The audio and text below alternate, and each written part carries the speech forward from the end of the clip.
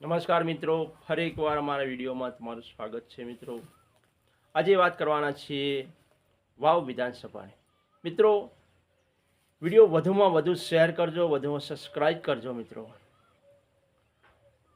આપણે વાવ વિધાનસભા જે ગેનીબેન ઠાકોરનો ગઢ કહેવાય, એ ગઢમાં કોણે પાડ્યું ગાબડું, એના વિશે વાત કરીએ આપણે કે કોણ ગેમ રમી ગયું।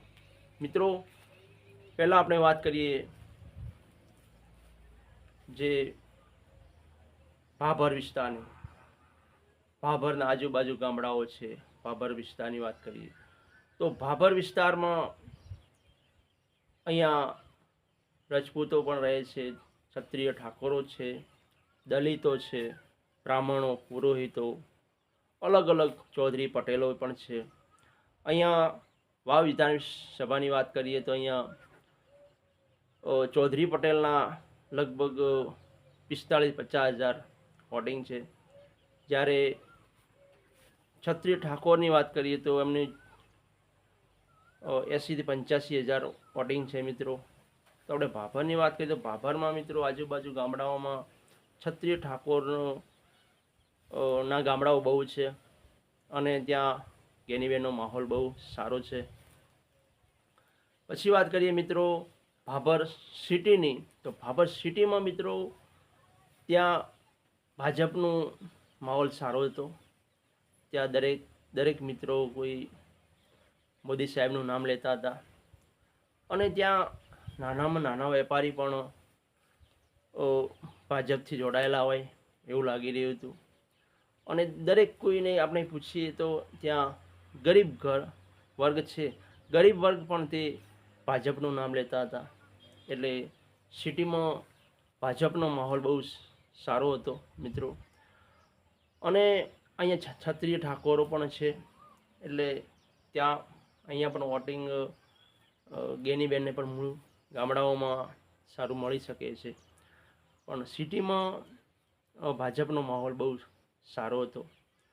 પછી મિત્રો આગળ વાત કરીએ જે સુઈગામ વિસ્તારમાં, તો સુઈગામ વિસ્તારમાં પણ દલિતો છે, બ્રાહ્મણો છે, પુરોહિતો છે, દરબારો, ઠાકોરો, ક્ષત્રિયો, ત્યાંના ગામડાઓમાં વાત કરીએ તો જે ચૌધરી પટેલ છે એમના ગામડાઓ વધારે છે। અને ત્યાં ચૌધરી પટેલો ઠીક છે, શંકરભાઈ ચૌધરીના લીધે મૂળ એમ કે અહીંયા ભાજપનો માહોલ પણ સારો રહ્યો। અને અહીંયા એવું લાગી રહ્યું છે કે જે શંકરભાઈ ચૌધરી એનો કદાચ અહીંયા એમની મહેનત તો ફળે એવી લાગે છે મિત્રો। અને ઠીક લીડ મળશે, આપણે પહેલાંથી તો ન કહી શકીએ કે ભાજપને આટલી લીડ મળશે, પણ ઠીક ગમે તે પક્ષ હોય, કોંગ્રેસ હોય, ભાજપ હોય, લીડ કદાચ વધારે તો આપણે નહીં કહી શકીએ, પણ 5-6 હજારની લીડ કદાચ ગમે તે પક્ષને મળી શકે છે મિત્રો। અને બીજું મિત્રો કે આ જે વાવ વિસ્તારની વાત કરીએ તો જે વાવમાં શંકરભાઈ ચૌધરીએ એમ કે મહેનત વધારે કરી લાગે છે મિત્રો। અને એ લોકો અમુક શંકરભાઈ ચૌધરી અમુક જે વિકાસના કોઈ કામો કર્યા હશે, કોઈ પાણીનો પ્રશ્ન છે, કોઈ ગમે તે, તો અહીંયા લોકો બહુ શંકરભાઈ ચૌધરીની ચાહના વધારે છે મિત્રો। અને મેં જોયું કે ધાનેરા છે, દિયોદર છે, થરાદ છે, ત્યાં જે ગેનીબેનનો માહોલ હતો એવો અહીંયા વાવમાં એટલો બધો માહોલ જોવા મળ્યો નહીં મિત્રો। પછી મિત્રો આગળ વાત કરીએ જે સુઈગામ આગળના જે ગામડાઓ, જે સરહદી વિસ્તારો છે, જે પાકિસ્તાન જે સરહદે આવેલા ગામડાઓ છે, ત્યાં પણ અમુક જગ્યાએ ગેનીબેનનો માહોલ સારો હતો। અને ત્યાં પણ ક્ષત્રિયો ઠાકોરો છે, દેસાઈઓ છે। અને ત્યાં દેસાઈઓની વાત કરીએ તો દેસાઈમાં જે ભાજપનું નામ વધારે લેતા હતા મિત્રો, કેમ કે ઠેરથી ત્યાં ભાજપમાં જોડાયેલા હશે। અને અમુક જે વિસ્તારમાં જે વાત કરીએ જે ક્ષત્રિય ઠાકોર રજપૂતો છે, તો ત્યાં વાત કરીએ તો ત્યાં પણ જે અમુક લોકો જોડાયેલા હશે, ભાજપનો ખેસ પહેર્યો હશે, જે ક્ષત્રિય ઠાકોરો છે, પણ એ લોકો જાહેરમાં તો કે અમે કહી ન શકીએ, પણ ગેનીબેનને અમે જરૂર વોટ આપીશું। અને જે રજપૂતો છે આમાં કોઈ કહી જ ન શકીએ, આમાં કદાચ 50-50 હોઈ શકે. અને બીજું જે દેસાઈઓ છે, તો દેસાઈઓમાં જે ડીસાના છે, જે ધાનેરાના છે, જે થરાદના છે, દિયોદરના જે દેસાઈઓએ જે ગેનીબેન ઠાકોરને સપોર્ટ કર્યો, જે વોટ આપ્યા, એ ત્યાં એટલો બધો માહોલ નહોતો અને એ લોકો ભાજપની વાત કરતા હતા, મોદી સાહેબની વાત કરતા હતા, સ્વાભાવિક રીતે. ઠીક છે.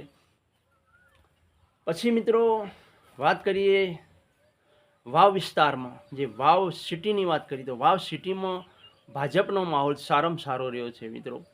જે દરેક વેપારીઓ છે એ ભાજપ મોદી સાહેબની જ વાત કરતા હતા, બરાબર.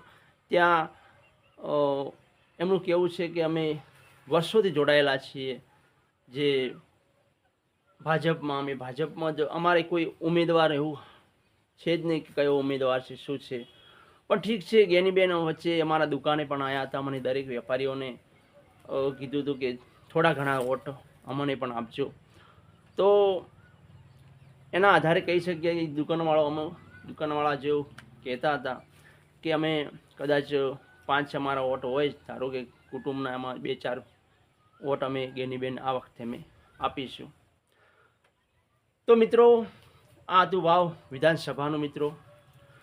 અને અહીંયા ક્ષત્રિયો અને ઠાકોરોનું જે ગામડાઓ છે, જે એમનું વોટિંગ વધારે છે, એટલે લગભગ ગેનીબેનને કંઈ વાંધો આવે એમ નહીં, કેમ કે ક્ષત્રિય ઠાકોર એમનો સમાજ છે મિત્રો, અને ગેનીબેન ઠાકોર સમાજમાંથી આવે છે, એટલે એમના વોટિંગ બહુ વધારે છે આ વિસ્તારમાં.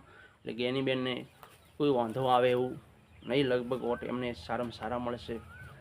પણ થોડું ભાજપનું પણ પેલું છે. અહીંયા જે શંકરભાઈ ચૌધરી છે, શંકરભાઈ ચૌધરી બહુ જ મહેનત કરી લાગે છે. એમણે પણ નક્કી કર્યું હતું, જે ભાજપના નેતાઓએ નક્કી કર્યું હતું કે જે આપણે કદાચ બીજે લીડ આપણે ન લઈ શકીએ, પણ વાવ વિસ્તાર છે અને દોતા વિસ્તારમાં આપણે જો મહેનત કરીએ તો આપણે લીડ સારામાં સારી મળી શકીએ મિત્રો. એમને કદાચ મળી શકીએ, પણ આપણે કહી ન શકીએ કે આટલી લીડ મળી શકે, આટલી લીડ મળી શકે મિત્રો. તો મિત્રો આ હતી વાવ વિધાનસભાની. મિત્રો કોમેન્ટ બોક્સમાં તમારા વિચારો અવશ્ય લખજો, તમારું શું કહેવું છે તો અવશ્ય લખજો મિત્રો. અને મિત્રો લાઈક શેર સબસ્ક્રાઈબ જરૂર કરજો. દરેકનો દિવસ શુભ રહે. અને એ તો હવે 4 તારીખના ખબર પડી જશે કે 4 તારીખ જ્યારે જે વાવનું બૂથ ખુલે એમાં ખબર પડશે કે વાવમાં કેટલા ગેનીબેન ઠાકોરને મળ્યા અને રેખાબેન ચૌધરીને કેટલા મળ્યા. તો મિત્રો હવે રજા લઈએ, નવા વિડીયોમાં ફરી મળીશું. અને દરેકનો દિવસ શુભ રહે. અને જે વિડીયો લોકો જોઈ રહ્યા છે એમનો ખૂબ ખૂબ દિલથી હું આભાર માનું છું. અને વિડીયોને વધુમાં વધુ શેર કરજો અને વધુમાં વધુ સબસ્ક્રાઈબ કરજો મિત્રો. દરેકને જય માતાજી.